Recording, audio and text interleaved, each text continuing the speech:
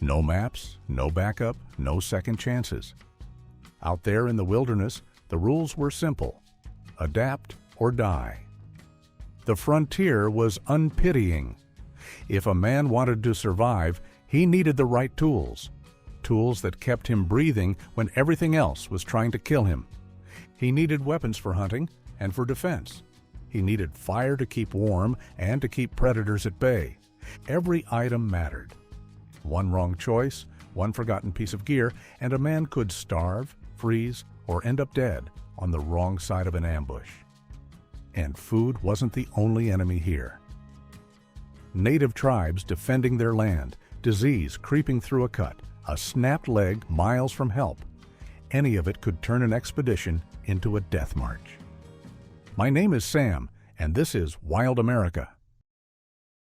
Now let's break down the 7 survival tools that meant the difference between life and death on the frontier. Number 1, knives. First and foremost, a frontiersman without a knife was as good as dead. The Norse had a saying, "The knifeless man is a lifeless man." Out there, on the frontier, that was as much as fact as it was wisdom. Mountain men heavily depended on knives for cutting, skinning, gutting, carving, fighting. If a job needed doing, the knife did it. And no 2 knives were exactly alike. Every man carried what he trusted. Some bought their blades from traders, others hammered them out of old files or horseshoeing rasps. It didn't matter where it came from. What mattered was that it could cut when it had to. The Green River knife was a favorite, a simple, sharp trade knife, perfect for butchering game. Then there was the Bowie knife, long and deadly, a tool and a weapon in one. Some men carried dirks or daggers, slim and double-edged, better suited for stabbing than carving. And then there was necessity.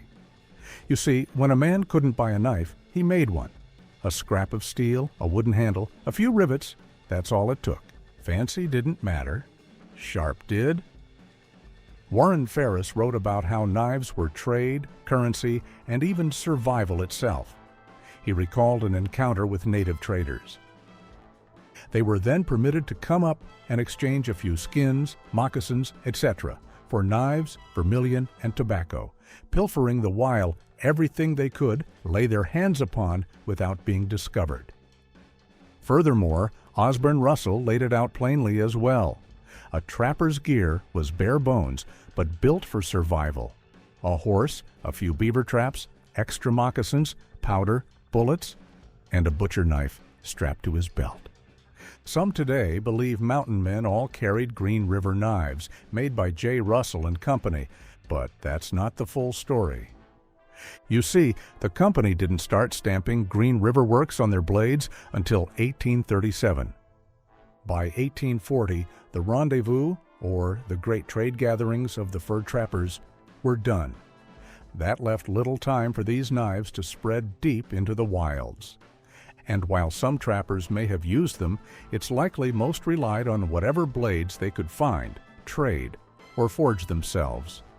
James Kleiman, an old hand from the 1820s, carried a butcher knife and nearly died over it. He wrote, "One man ran up and snatched my butcher knife and waved it across my breast. I thought this a bravado, so bared my breast for the fated strike, and this perhaps saved my life." Knives were power. A man's blade could be his last line of defense, the difference between standing tall and lying cold in the dirt. Skinning knives, however, were mostly used for survival. These knives had short, wide, curved blades designed to strip a hide clean without tearing it. A good skinner minimized waste, kept the pelt intact, and got the job done fast. Imported from Sheffield, England, and sold by Hudson's Bay traders, these knives were common in the hands of men who lived off the land. By the 1830s, Green River Works was making them too. The phrase, "done up to Green River," became slang for a job well finished, or a deal well struck. And speaking of knives, don't forget to catch the full episode on Bowie Knives Now, only on our channel. Indeed, a mountain man's knife was a part of him. Carl P. Russell put it best. As was true of guns, there was something very personal and intimate about a mountain man's favorite knife. Nevertheless, steel kept a man alive up close. Lead did it from a distance. Number 2. Firearms. A frontiersman without a firearm was a dead man walking. Just like knives, guns were survival itself. Hunting, defense, trade, everything depended on a reliable weapon and the skill to use it. But as men pushed deeper into the wild, they needed something tougher. Then enter the Hawken rifle. Built in St. Louis by the Hawken brothers, this was the gun of choice for mountain men facing grizzlies and hostile territory. It was shorter, heavier, and packed a .50 or .53 caliber punch. It could drop a buffalo or stop a charging foe in one shot. Once again, power mattered. But power wasn't everything. Sometimes versatility mattered more. Not every shot had to be precise. In that case, the Northwest trade gun, a smoothbore musket, let men fire shot or ball, making it a jack-of-all-trades weapon. Trappers and traders carried them, and so did native warriors. If a man could only own one gun, this was a smart bet. Then there were pistols, big single-shot horse pistols meant for last-resort fights. Smoothbore, heavy, and slow to reload, but when a man had nothing else, that one shot could save his life. The 1830s brought change. Percussion caps made firearms more reliable in wet conditions, replacing flintlocks bit by bit. But old habits died hard, and plenty of men stuck to what they knew. A misfire in a storm could mean the difference between life and death, but a gun alone wasn't enough. You needed the gear to keep it firing. A powder horn, often made from bison horn, kept gunpowder dry. A powder measure ensured every load was consistent. Accuracy depended on it. Lead, a ladle, and a bullet mold turned raw metal into ammunition because mountain men didn't buy bullets. They made them. Lastly, a small leather bag kept lead balls handy. For percussion guns, you carried a cap tin holding the tiny charges that made the rifle fire. Lose those, and you might as well be holding a club. So, yes, a mountain man's rifle was his lifeline. It had to be kept clean, kept loaded, and kept ready, because out here, a second chance wasn't guaranteed. However, a rifle alone wouldn't keep you warm at night. This takes us to number 3. Fire. A frontiersman without fire was as good as dead. Fire meant warmth, food, protection. Fire cooked the meat he killed. Fire sent smoke curling into the sky as a warning or a signal. Without fire, he was nothing more than another lost soul waiting to freeze, starve, or fall prey to something bigger and meaner. The go-to method? Flint and steel. A sharp strike of steel against flint sent a shower of sparks onto waiting tinder.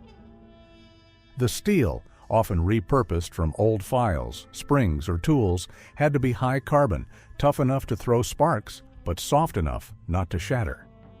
Flint, hard as a blade and sharp enough to cut, made the perfect partner. If a man couldn't find flint, chert, jasper, or even agate could do the job. What mattered was the spark. But sparks weren't enough. Tinder made the fire real. The best was char cloth. Linen or cotton burned just enough to catch fire from the faintest spark, smoldering slow and hot until the flame took hold. And if a man ran out, he turned to the land. Amadou, the soft, fibrous inside of a fungus, caught fire fast. Dry grasses, cedar bark, or finely shredded plant fibers also worked in a pinch.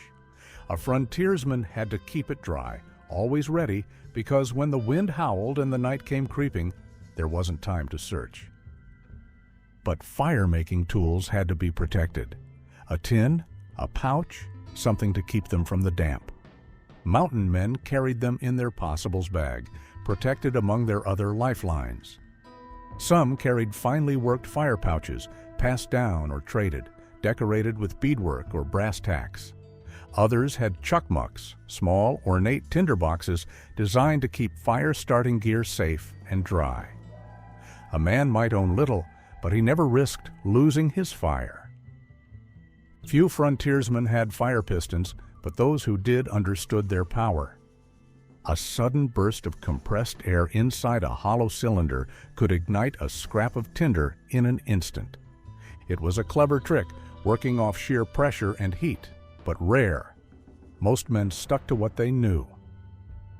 You see, before steel, before iron, men made fire with pyrite and flint, a method as old as time, using stone to spark against stone. And when no metal was to be found, a man had to rely on sweat and skill. The bow drill, the hand drill, wood grinding against wood, friction giving birth to heat, heat to ember, ember to flame. Fire was a test. A man who could make fire in the rain, in the snow, when the wind tore through the trees, that was a man who had lived to see another sunrise. Out here, in the wild, that was the only thing that mattered. But since we're talking about frontiersmen's tools, you might be wondering, what did they carry all those tools in? Number 4, pouches and bags. You see, out on the frontier, a man carried his survival on his shoulder. No backpacks, no cargo pockets, just leather and canvas, slung across his body, holding everything he needed to stay alive. Every pouch, every strap, every pocket had to earn its place. There was no room for excess, just what was needed to live another day. First off, there was the Possibles bag. It is made of tough leather, worn cross-body, and it held everything a frontiersman could possibly need in a pinch. Powder measure, lead balls, patches, flint and steel. His shooting gear had to be ready at all times. It could also hold a sharp knife, spare gun parts, maybe a bit of dried meat for emergencies. This was the mountain man's toolbox, first aid kit, and survival cache all in one. It looked like a purse to outsiders, but don't let that fool you. A man without his Possibles bag was half naked in the wild. And if the Possibles bag was for everything, the bullet pouch was for one thing: firepower. Bullet pouches were worn tight against the body, usually under the right arm, for it kept ammunition close at hand. When a man needed to reload, he couldn't afford to dig around. This pouch held lead balls, patches, maybe an extra flint. It was quick, simple, and built for speed.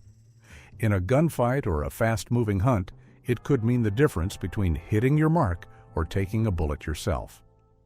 Then there was the market wallet, which was as straightforward as it got, made from canvas or linen about 43 inches long, with a double-ended opening in the middle. It had no buttons, no buckles, no fancy work, just a fold-over design that kept food and supplies from spilling out. Trappers and traders used it for carrying dried meat, flour, and trade goods. When not in use, it could be slung over a saddle, stuffed into a pack, or even tied to a belt. Men used it to gather tinder, punkwood, or whatever else they found useful on the trail. It may have been a simple design, but in the wild, simple worked best. Now, for longer journeys, a man needed to rely on more than just a Possibles bag. That's where the haversack came in. Originally a military design, it was a single strap bag made for easy access on the move. And unlike the market wallet, which was often packed away, the haversack was worn across the body, keeping food and gear within reach. Dried venison, a tin cup, maybe a small kettle. This was the mountain man's mobile pantry. When a man was weeks from civilization, carrying the right supplies meant the difference between eating and starving. And let's not forget the ditty bag. Borrowed from sailors, the ditty bag was the frontiersman's answer to organization. While the Possibles bag carried general survival gear, the ditty bag was for the small but vital things: sewing needles, extra flints, fishing line, a little roll of sinew for repairs. Many men stitched their own from tough linen or scrap leather. And when gear broke, and it would break, this bag kept a man from being helpless. And let's not forget, a man's kitchen had to fit in his bag. That meant a tin cup and a salt horn. The tin cup was for water, tea, coffee, whatever was on hand. The salt horn, usually made from an animal horn, kept his most precious seasoning dry. Out here, salt was how you kept meat from spoiling. Add a hunting knife worn on the belt or tucked inside the possibles bag, and you had everything needed to cook, eat, and keep moving. Now a man could live rough, but he had to eat, and for that he needed the right tools. This takes us to number 5, cooking tools. At the heart of every campfire meal was the cast iron Dutch oven. Heavy? Yes, absolutely. It could bake, boil, stew, and fry. One pot, endless meals. Slap it straight onto the coals. Pile embers on the lid and let the heat do the work. Biscuits, stews, bread, you name it. For baking in the open, they used a reflector oven, a tin contraption that caught and redirected heat from the flames.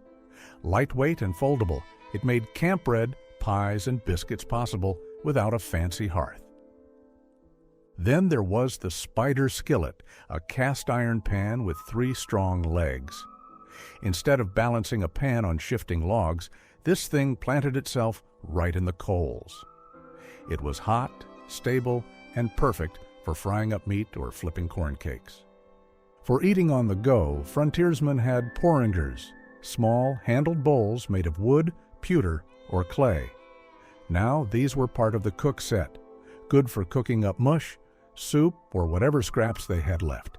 And when meat was scarce, toasting forks helped stretch the rations. These long-handled tools let them crisp up stale bread or roast small chunks of meat over an open flame without burning their fingers. Some frontiersmen carried wooden whisks. These were simple tools for mixing up batter or thickening soups. They may not have been glamorous, they were surely useful. Overall, a man could last days without food, but without water, not a chance. This brings us to number 6, water containers. Water meant life. A frontiersman who ran dry was a dead man walking. Rivers and creeks weren't always nearby, and even when they were, the water could kill as fast as thirst.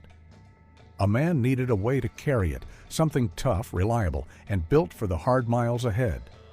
The first and simplest? Water skins?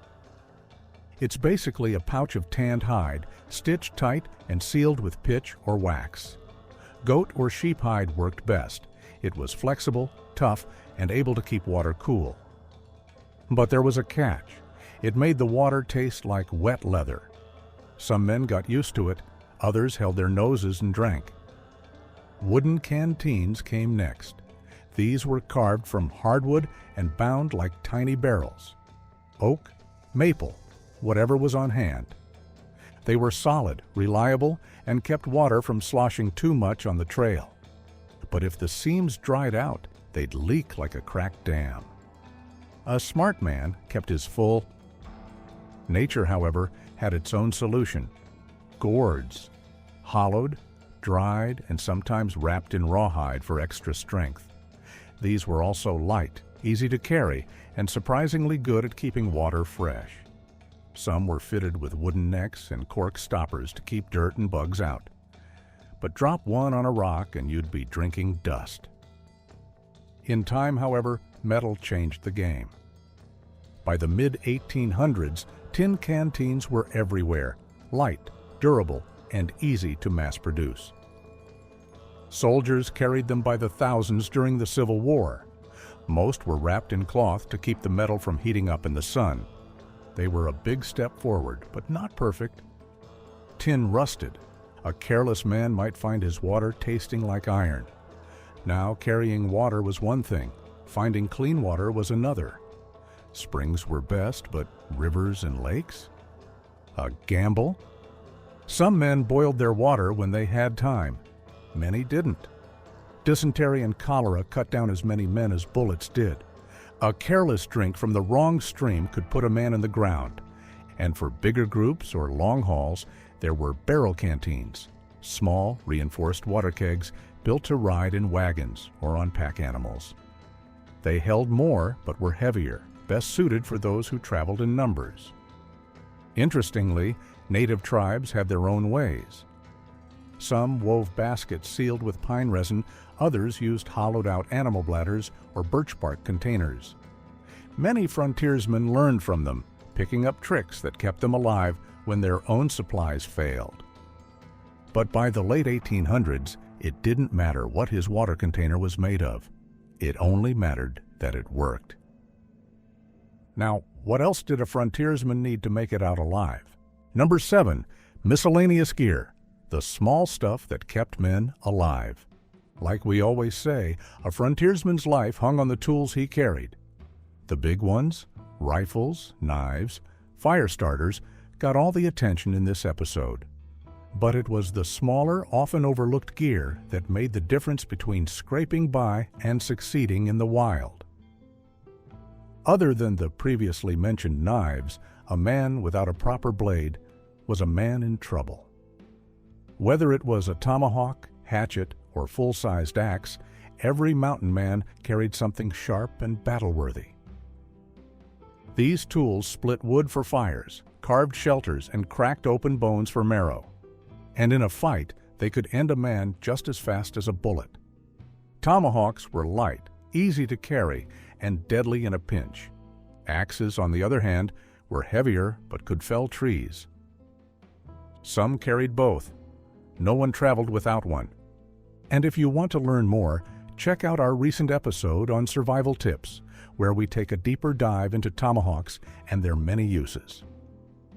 Now, a dull blade was useless. That's why a simple metal file was worth its weight in gold. Knives, axes, even gun parts, it all needed sharpening. Trade records show files were in high demand, proof that frontiersmen relied on them. Those with pack horses usually had one strapped to their gear.